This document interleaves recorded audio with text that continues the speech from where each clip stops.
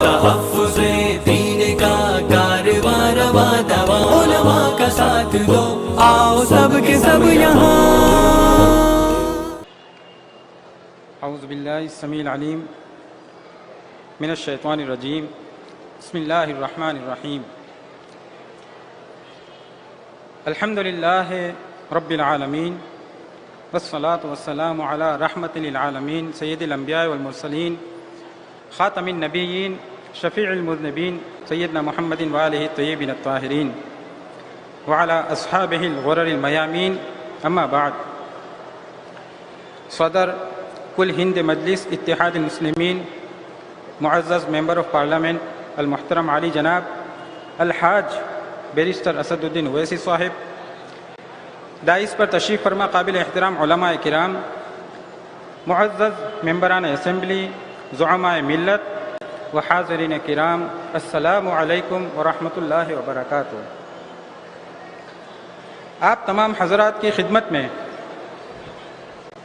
داؤدی بوہرا برادری کے روحانی پیشوا، علی گڑھ مسلم یونیورسٹی کے چانسلر ہز ہولینس عزت مآب ڈاکٹر سیدنا علی قدر مفضل سیف الدین صاحب کی جانب سے عید میلاد النبی صلی اللہ علیہ وآلہ وسلم کی دل کی گہرائیوں کے ساتھ مبارکباد پیش کرتا ہوں، اس دعا کے ساتھ کہ اللہ رب العزت ہمیں نبی کریم صلی اللہ علیہ وآلہ وسلم اور آپ کے اہل بیت و اطہار کے وسیلے سے تمام آفات اور بلاؤں سے محفوظ رکھے، اور ہمیں عید میلاد النبی صلی اللہ علیہ وآلہ وسلم جو حقیقت میں عید اللہ الاکبر ہے، اس کی برکات اور سعادات سے ہر سال اسی طرح سے برابر ہونے کا شرف عنایت فرماتا رہے۔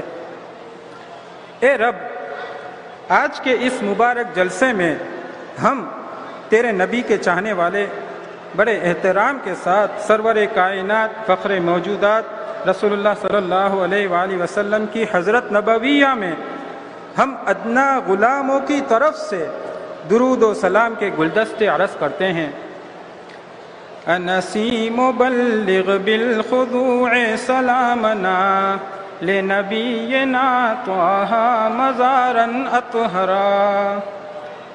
سامعین کرام، ہم سب کا اس مبارک عید میلاد النبی صلی اللہ علیہ وآلہ وسلم کے جشن میں حاضر ہونا ایک عبادت ہے، درجات کی بلندی کا سبب ہے، ہر قدم پر نیکی لکھی جاتی ہے اور بدی مٹائی جاتی ہے۔ آپ صلی اللہ علیہ وآلہ وسلم فرماتے ہیں کہ ید اللہ مع الجماعہ، اللہ سبحانہ کا ہاتھ جماعت کے ساتھ ہے۔ ہم یہاں جو جمع ہوئے ہیں، یقیناً اللہ تعالیٰ کا ہاتھ ہمارے ساتھ ہے۔ معزز سامعین، آپ کی ولادت مبارک کا موقع جسم و جان کی رفعت اور بلندی حاصل کرنے کا موقع ہے۔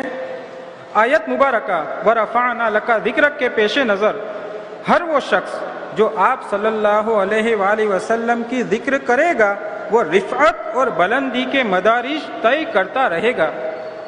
جس طرح سے قرآن کریم کی تلاوت میں ہمیشہ ایک جدید لذت محسوس ہوتی ہے، اسی طرح ذکر رسول کریم صلی اللہ علیہ وآلہ وسلم میں ہمیشہ ایک نئی لذت محسوس ہوتی ہے۔ آپ صلی اللہ علیہ وآلہ وسلم کے مقام عظمت کی معرفت انسانی قوت تفکر سے بالا تر ہے۔ معراج کی رات میں جبرائیل امین کی بلندیوں کی انتہا میرے آقا کے بلندیوں کی ابتدا قرار پائی ہے۔ میرے آقا تمام انبیاء کرام کے امام بنے، دنا فتدلی فکان قاب قوسین او ادنا کی شان ظاہر فرمائی۔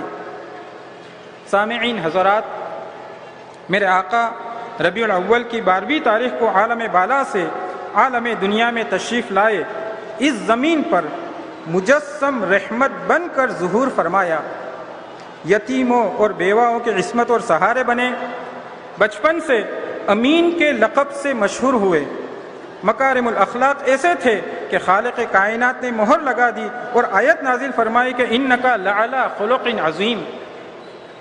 صورت جسمانیہ کا وہ حسن و جمال کہ ایک بار دیدار کرنے والا بے دین با دین بن جائے اور بے ساختہ بول اٹھے کہ ما ھذا بشرا ان ھذا الا ملک کریم۔ عزیزان گرامی، میرے آقا نے ہر دیندار کو، اپنے امتی کو اپنی طرح بنانے کے لیے راہ ہدایت واضح فرمائی، ہدایت کا ایک سرچشمہ جو کبھی ختم نہیں ہوگا عطا فرمایا، جسے ہم کتاب اللہ قرآن مجید کے نام سے جانتے ہیں۔ کتاب اللہ کی تلاوت روح کا سکون ہے، جسم کی ریاضت ہے، عقل کی غذا ہے۔ پروردگار عالم ہمیں کتاب اللہ قرآن مجید کی تلاوت کرنے اور اس کی تعلیمات کے مطابق زندگی گزارنے کی توفیق عطا فرمائے۔ جہاں تک رسول اللہ صلی اللہ علیہ وآلہ وسلم کی جو شانات قدسانیہ نورانیہ ہے، اس کی معرفت کرنا کسی انسان کی بس کی بات نہیں ہے، چاہے وہ اپنی عقل و فراست میں، اپنی سوجھ بوجھ میں، اپنے تدبر و تفکر میں کتنی ہی بلندی پر کیوں نہ پہنچا ہو، کیونکہ اس کی سوچنے سمجھنے کی صلاحیت، اس کے وہم و گمان، اس کی غور و فکر کی صلاحیت کون و مکان کے دائرے سے باہر پرواز نہیں کر سکتی۔ اسے حواس خمسہ سے جو معلومات حاصل ہوتی ہے، اسی کے دائرے میں ہی ادراک کی صلاحیت گھومتی رہتی ہے، جبکہ سرور کائنات صلی اللہ علیہ وآلہ وسلم کا جو اعلیٰ مقام ہے وہ ان حدود سے بالا تر ہے۔ آپ صلی اللہ علیہ وآلہ وسلم کے معرفت کے باب میں ہم بس وہی عجز کا اقرار کرتے ہیں جو فرشتوں نے کیا تھا، ربنا لا علم لنا الا ما علمتنا، اے ہمارے رب ہمیں تو اتنا ہی علم ہے جتنا تو نے ہمیں سکھایا ہے۔ یہ تو اللہ تعالیٰ ہی کا کام ہے کہ افق اعلیٰ سے آپ کے اعلیٰ مقام کی معرفت کروائے۔ آپ صلی اللہ علیہ وآلہ وسلم کے اعلیٰ ترین معرفت کے سلسلے میں یہ آیت کریمہ ہی کافی ہے کہ وما ارسلناک الا رحمتا للعالمین۔ یہ آیت کریمہ وہ کوزہ ہے جس میں سرور کائنات صلی اللہ علیہ وآلہ وسلم کی شانات کی معرفت کا سمندر سمایا ہوا ہے۔ اس سمندر میں مفکرین، مدبرین اور محققین معرفت حاصل کرنے کے لیے قیامت تک غوطہ لگاتے رہیں گے، تب بھی آپ کی شانات یکتائی اور وحدانیت کی کمالیت کی معرفت کے ادنا تک بھی نہیں پہنچ سکتے۔ سامعین اعزاء، اللہ تعالیٰ نے رسول اللہ صلی اللہ علیہ وآلہ وسلم کے دست مبارک پر عین فطرت کے مطابق چھٹے مرحلے میں دین اسلام کی تکمیل فرمائی۔ 6 مرحلے کی دین اسلام کی اس کمالیت پر انسان اور آفاق دونوں گواہی دے رہے ہیں، جس کی طرف اشارہ کرتے ہوئے ارشاد باری تعالیٰ ہوا کہ سنوریہم آیاتنا فی الآفاق وفی انفسہم حتی یتبین انہم الحق۔ مفہوم یہ ہے کہ ہم اپنی نشانیاں آفاق میں اور انسان کے خود نفس میں بتائیں گے تاکہ حق کیا ہے وہ معلوم ہو جائے۔ آسمان اور زمین کی خلقت 6 دن میں فرمائی، اسی طرح ماں کے رحم میں جنین کی تکمیل بھی 6 مہینے میں فرمائی۔ اسی عین فطرت کے مطابق دین اسلام کو بھی 6 نطقہ انبیاء کے ہاتھ پر تکمیل کو پہنچایا۔ اسی لیے فرمایا گیا کہ کل مولود یولد علی فطرت الاسلام، ہر پیدا ہونے والا بچہ اسلام کی فطرت پر پیدا ہوتا ہے۔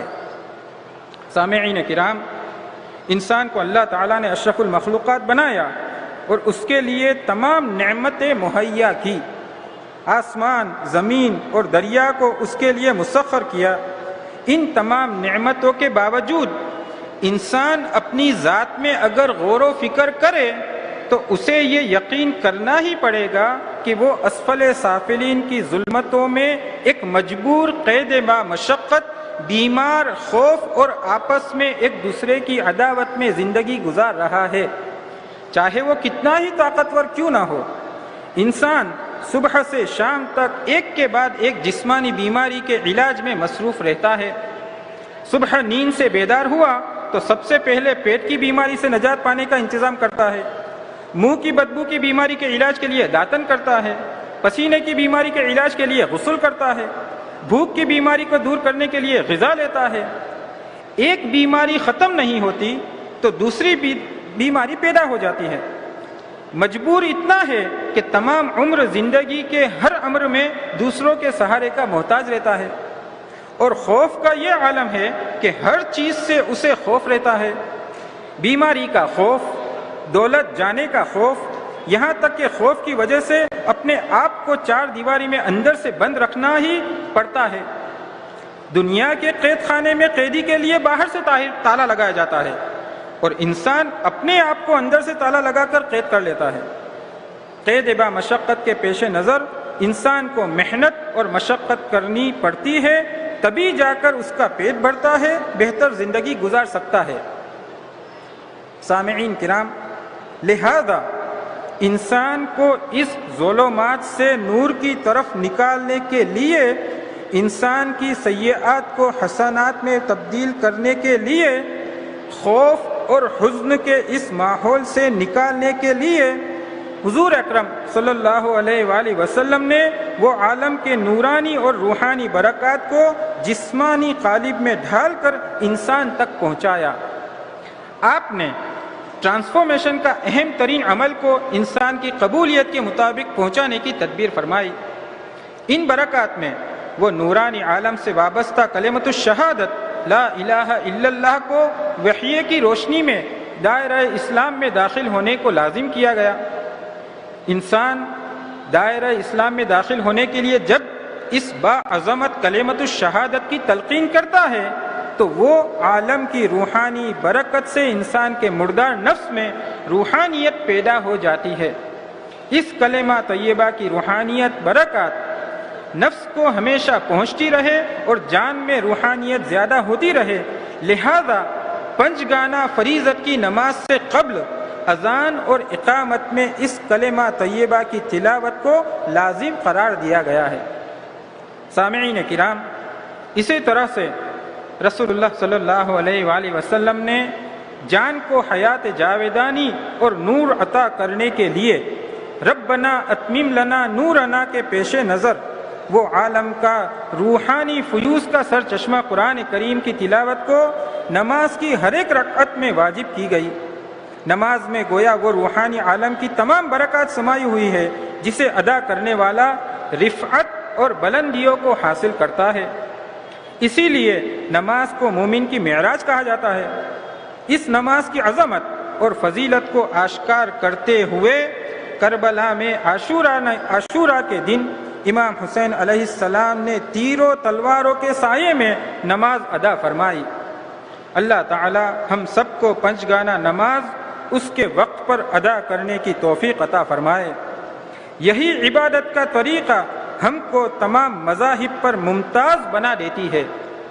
رسول اللہ صلی اللہ علیہ وآلہ وسلم نے جس طرح سے وہ عالم کے فیض کو جسمانیت کے قالب کا جامہ پہنا کر انسان تک پہنچایا، اسی طرح ہمارے جسمانی عالم کو شریعت کے سانچے میں ڈھال کر اسے روحانیت میں تبدیل کرنے کا عمل فرمایا۔ لہذا زندگی کے روزمرہ کے عمل کو عبادت کا درجہ دیتے ہوئے روحانیت میں تبدیل فرمایا۔ مثال کے طور پر ہاتھ منہ دھونا روزمرہ کا عمل ہے، اس کو وضو میں تبدیل فرما کر عند اللہ باعث اجر فرما دیا۔